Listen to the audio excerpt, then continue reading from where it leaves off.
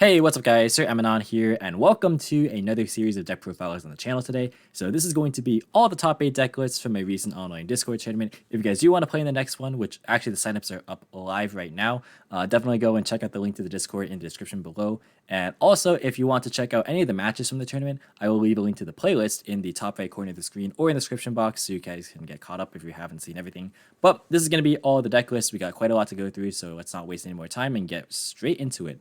So this is the first place list, which is Aerosol TCG's Mekk-Knight Infinitrack deck. So huge congrats to him. I'll also leave a link to his YouTube channel if you want to learn more about the deck. He has a lot of pretty useful information, specifically the combos that you can do with the deck. So I organized this by kind of just card rules or things that would help me facilitate discussion a little bit easier. So first off, we got the 12 one-card starters, which is 3 Harvester, 3 Heavy Forward, 3 Metal Cruncher, and 3 Redeployment. All of these basically serve you to get into your best superior extender, which is Brutal Dozer, and that's why he calls this deck Dozer Control. But basically, opening any of these 12 allows you to get into Brutal Dozer, which is your full combo. It's not going to end up like crazy negates necessarily straight up by its engine, but it will allow you to basically access almost an infinite recursive resource loop, and that's enough to win you games in tandem with the cards you draw off of like your Tunneler and just the defensive cards that you generally play, both in engine and in not. But speaking of which, we got the Brutal Dozer. This card does lock you into Earth Machines after you resolve its effect to summon from deck, but generally that's not a big problem. We see that he's not super reliant on things like VFD, so that's pretty nice to see as well. But this will grab you like your other extenders in terms of Trencher as well as the Tunneler. So this card's like really strong as well as just getting you, or in terms of just getting you additional advantage. And then we have the other really strong superior extender going second, which is Urgent Schedule. This card is super sick because a lot of the times we see him grabbing like Trencher and Harvester. The effects are negated, but you link them away and then you Trencher to reborn back the Harvester. So we can talk about Trencher here as well. So yeah, that gets you the Harvester effect on summon. And that is like really conducive to super strong plays. And yeah, the Trencher I already mentioned is just a way to get you more bodies in the field later into your combo, which is super useful. And then we have, also one thing with Urgent Schedule, by the way, is that its other effect, when it's set and then sent from the field to the graveyard to search a level 10 machine, does come up if you combo it with the double-headed Anger Knuckle effect in Grave as well, because this can send any card from hand to field. It doesn't have to be a face-of field card, which is pretty nice. And then for the utility cards, or like the additional extenders, I suppose, we got Machina Fortress, which we saw put in a lot of work in the future matches. This in tandem with the Harvester level modulation effect, which I didn't mention, but both Harvester and Anchor Drill here can target another Earth Machine, and then both of those monsters' levels become the combined total of like itself and whatever you target, basically. So 2 plus 7 is 9, so they both become 9, for example, which this helps you to facilitate VFD plays or whatever other rank 9s you play, which he plays 3 of, so that's pretty good. Okay, this card just as a continual threat also puts you far ahead by just dumping away Box and Bullet Train and your Tunneler. Just gets you resources in the grave, which is nice. We got Anchor Drill, which is a very good follow-up play. It's searchable via Box, so like when you're doing your Box looping, you can like Box search this, and then next turn you have like free Link 2, or you have a free rank A because this also level modulates, so you can like go access your rank A pool, which is good. And then we got the Bullet Train, which is the heart and soul of like a lot of the recursion, because this allows you to just grab back your Dozer at the end phase, or you can grab back Box in your opponent's turn, because when you loop it with, say, your Anger Knuckle and your Ancient Gear Box, this basically creates a lot of recursion, because on your opponent's turn, you can Anger Knuckle, send something away to bring back the Bullet Train. If this gets cleared by your opponent, or if you clear it yourself via Citadel or like Overdrive or something, you can end phase, grab back Box, and then Box triggers to add either like Drill or your Tunneler or even your Trencher. So it's got a lot of like resource follow-ups. Super good. Also, it's just an extender for free. And then we got Dairy Crane, which helps in various scenarios where you want to go for rank 10 plays. Useful as well because the level 10s in tandem with the Harvester actually become 12 if you level modulate. And you can actually notice that Zeus is a generic level or rank 12 monster, which is kind of nice. So you can hard make Zeus in this deck. And yeah, also obviously just classic with the rank 10 train lineup. And then we got the Tunneler, which is the Avarice, really solid to just make sure that you never lose the grind game. Because this, in tandem with the Overdrive, allows you to make sure you just don't run out of resources. Since this Overdrive has the Avarice effect from Grave or Banished. So you can, Tunneler, Banish from Grave, recycle 5, draw 2. Then you can Overdrive, shuffle back 3, including the Tunneler, and then draw 1. Do it again. As long as you have Overdrives, you will never run out of cards. And this also allows you to help get into your Citadel or proc your Citadel Graveyard effect, because this does come back when your Earth machines get destroyed. So this allows you to get a threat on the board that's in engine. Free board wipes are always nice. Everything is super searchable as well, so it's really good. And then for utility, we got 2 Trap Trick to help turbo, or not turbo, but toolbox into the overdrive, as well as potentially a Dynamiscus here. And then we got some hand traps in Ash and Nibiru. The extra deck is Triple Goliath, which is very, very useful for just getting fodder for Trencher, or sorry, not Trencher, Tunneler. And then we got Ballista, which searches your box, and that gets you those plays started. We have the Anger Knuckle, which you always want to be ending on pretty much, and it just keeps coming back every single turn, really strong. We got the River Stormer, which you always want in grave at some point, because this in tandem with Goliath gets you a search every single turn. It's generally your go-to after you resolve your Brutal Dozer as well. Then we got your Dingirsu and your Photon Lord. As I mentioned before, you can modulate your drill and your box to be able to go into these. This can attach any machine that's banished, not just Orcus or anything. You can like recycle Jet Synchron back when that was still legal. But yeah, this helps you recycle back like your Tunneler, your Trencher. So that's really, really cool. And then Photon Lord helps you play around hand traps when you're trying to push your game, and that's very, very useful as well.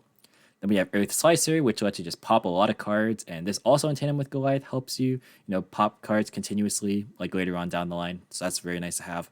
We have the VFD, which we saw he was not reliant on whatsoever. It did win him like the finals, but you saw the other matches, he just did not need this at all. And then we have the Ender Blathnir.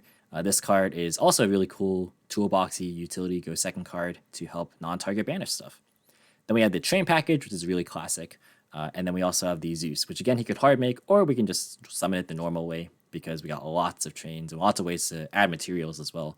Heavy Forward also can just put extra materials under Zeus, because it attaches itself as materials, so that's cool. And then the side deck is going to be 3 Bell, 3 Droll, 2 Meister for hand traps, 3 Droplet for going second, Pankratops, Feather Duster, and 2 Heavy Storm Duster for back row stuff. So that is it for the winning Earth Machine deck. Huge congrats to Aerosol again for winning, and we're already 7 minutes in this video, so let's try and speed it up a little bit more. Let's go for the second place list, which is going to be Cafe Filter's Karakuri deck, and this is pretty much just Fiber Turbo. Fiber by itself facilitates the entire combo, provided you just don't draw your Garnets. And we'll go ahead and get started with this list. So the starters is going to be 1 card starters again. So it's 3 Kepler, 3 Gate, 3 Despot 3, and 3 Righty Drivers. So all 12 of these let you go into Fiber, and that is full combo. Then we have Superior Extenders in Chicken, Tuning, and Quick Draw Synchron. These are all tuners that help you extend if your normal summon gets stopped or something to that effect. Quick Draw is also a machine, which helps you make a Rorodon, which is good. And Reborn also is an extender in that regard. Then we have what I would call insurance cards. So we got Sign Up Mining as well as Ibly. This, if you open it with one of your extenders, allows you to go into your Fiber, but then you can also chain block it from Ash, and then you can Ibly play around like Gamma and Nibiru later on. So that's pretty good. And then we got a DD Lamia as well as Despot 1 for kind of more additional extenders, I guess. This is kind of an engine requirement, but it's a fairly large DD package, so it can help kind of like grind as well to some degree. But Despot 1 is like the really, really important card for sure to resolve. And then we have the Karakuris, which in this build are pretty much bricks. So we got the Shinkuro, which is the level 2 tuner. We got the Shirokinishi, which is the level 1 tuner. And then the Strategist, which is level 3 tuner. So these, I'm pretty sure, are all required to be in deck to summon off of your Karakuris. I could be wrong about that. I don't exactly know the combo line, but from what we saw, he was going into double Beret a lot, and then going into Beredo, and then laddering up into Beret Boo, and then using the second Beret to go into Shen. So it's possible that it's needed, because I'm pretty sure like this summons out of 2, and then like the next one summons out of 1 to help ladder up into Beredo, and I summon out another one. Or like I might be doing the order wrong, but like you get the idea, right? All these are pretty much used in the combo that are summoned from these. So yeah, I'm just trying to go through this really fast, so I might be skipping over stuff or messing things up, but we're trying to not spend all day on this video here. So we're gonna go into the other Garnets. We got Lefty Driver and the Colt Wing, and then we have Imperial Order for just a 1-of defensive card, and then the placeholder and Upstart. The extra deck is Savage, Quandax, Corian Gandrax, which is super sick if you can resolve it on your opponent's turn, which is pretty useful with Quandax, being tied out with the Halka-Fibrax, so that's nice. We got the Herald of the Arclight, double Beret, 1 Berebu, 1 Beredo, I messed up the order there. We got 1 Shen, 1 VFD, very fun dragon, 2 Fiber, the 1 Linger Rebo. I wonder if this came up with Ibly. I'm not really sure what this does that's different from what you would normally do in the combo since you're trying to go fiber anyway. So I'd be curious to hear about the thoughts on this card. And then what are 2 copies of Auroradon as well. The side deck's a ton of hand traps, so we got 3 Lancia, 3 Ash, 3 Ogre, 3 Imperm, and then we got back row hate in terms of Pankratops, the Feather Duster, and the Red Reboot. So next, let's move into the top 4 list, which is Jeebus McAsian's BA Eldlich Soup deck, as he calls it. So yeah, I'm just gonna talk about these by engine since card rolls like they work, but they get a little bit messy with this list. So I'm just gonna do it this way. So for BAs, we got 3 Tour Guide, 3 Rhino, and 3 Graph for your like starter BAs, really solid. And then we have 3 Seer and 3 Skarm for additional sort of engine BAs. Then we have 2 Farfa. Don't really need 3 because it's again very recurable, and you would rather just draw like your better starter cards, like your stronger BAs or like your Eldritch stuff or your traps than this card. It's very toolboxable. And we got a Libic, especially because he's maxing out on Rhino as well, and Fiend Griefing. But we got 1 Libic, 1 Barbar, and 1 Hcabe. No Alec in here, simply because that card's not as relevant this format. I guess you can negate like Carrier against Drytron, but you can just far for the Carrier at that point. Alec is not the greatest one this format. Then we have, for the Eldritch stuff, 2 Golden Lord, 3 Cursed Eldwind, 1 White Destiny, 3 Scarlet Sanguine, 3 Conquistador, and 3 Walk Hero. Big advocate of 3 Walk Hero, in like, especially because you have the space because you're playing 60, right? This is good like against a lot of the top decks. It's one of the reasons why Eldritch can be a bit scary at times if you can't deal with this card. If you're playing like a grave-centric deck, which is a lot of them. And then for the Trap Trick engine toolbox stuff, we got 3 Trap Trick, 3 Fiend Griefing, 3 Dynamiscus, 3 Needle Sealing, and 3 Ice Dragon's Prison. Griefing is like a pseudo starter. It's a bit slow, but also can like help you, be flexible in what you send. You like send Skarm, you can send Graph, you can send Backjack, stuff like that. Dynamiscus is good because you can pitch Spare BA or Eldritch cards, so pretty good. And also is another body to help link climb. Needle Sealing is great in this deck because sometimes Torrential can miss timing, especially against VW, against like Lulu and Lily and stuff. So you definitely don't want that to happen. And this is good with the deck because you have very strong control of how many monsters are on the board at a given time because of the golden land traps. So you can use that to your advantage and just wipe the board that way. And we also got Ice Dragon's Prison as like an out to Dragoon. And then 2 Fire Lake. Part of this might be just because I memed him to try and do it. This card actually is recurable via Dante since it adds back BA cards, not just monsters. But yeah, this is toolboxed off of Trap Trick, or it can be. The real big brain play would have been to go Kagna into Good and Evil to search this, but that's too gimmicky. But this is like kind of another needle Sealing, honestly. This card's just fun. I wouldn't say it's good. And then we have defensive cards. We got 3 Ash, 3 Cosmic, and then for the toolbox off Beatrice, we got Backjack and Ariel. Again, this can be sent via other ways in the deck via Griefing or Rhino Warrior. But Ariel is cool because if you have IP Beatrice, which is like what you can set up if you open Graph or Rhino or Tour Guide, then you can go like Beatrice attach Dante, send Ariel, banish 3, Dante add back your Graph, and you IP Beatrice away into Unicorn spin a card, pitch your Graph, and then Graph effect to summon out Farfa, and then banish another card. So it turns IP Beatrice into a 3rd interruption, which is super solid.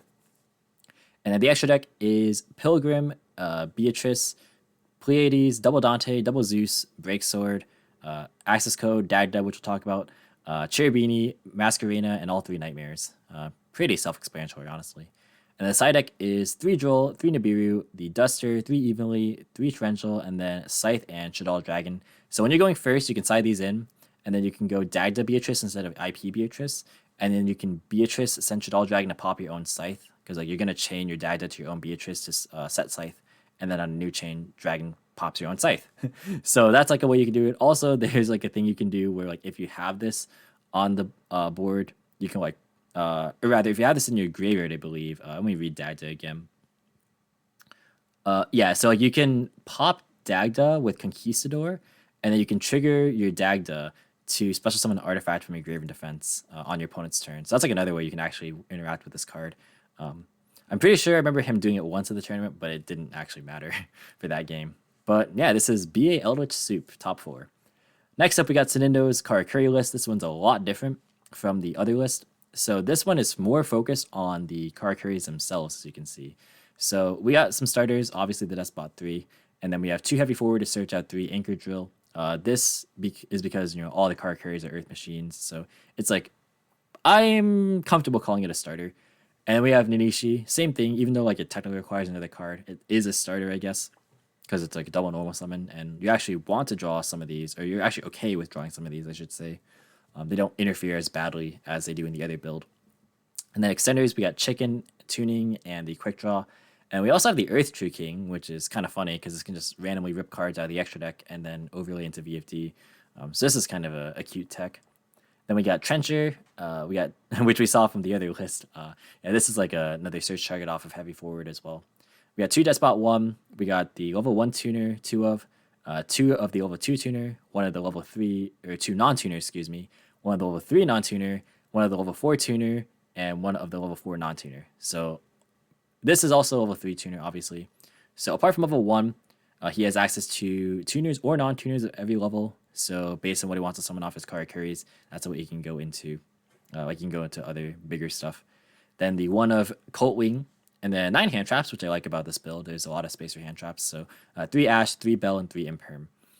And then the extra deck is Savage, Herald, Double Beret, Beredo, Double Beret Boo, Naturia Barkion, Naturia Beast, Shen Shen, VFD, Double Fiber, and Double Auroradon. And the side deck is 2 Lancia, 3 Droll, 3 Nibiru, 3 Xyz Encore for VFDs, which we saw almost came up on top 4, but unfortunately actually was not legal to be activated. I found out afterward because I forgot Ibli was on his board, and he's the one that summons off of the Xyz Encore. So it wasn't a legal play, but I mean, it did make a difference anyway because he actually lost that game even after using this on his opponent's VFD. But this card's like cool in theory, at least. Feather Duster, and then 3 Evenly.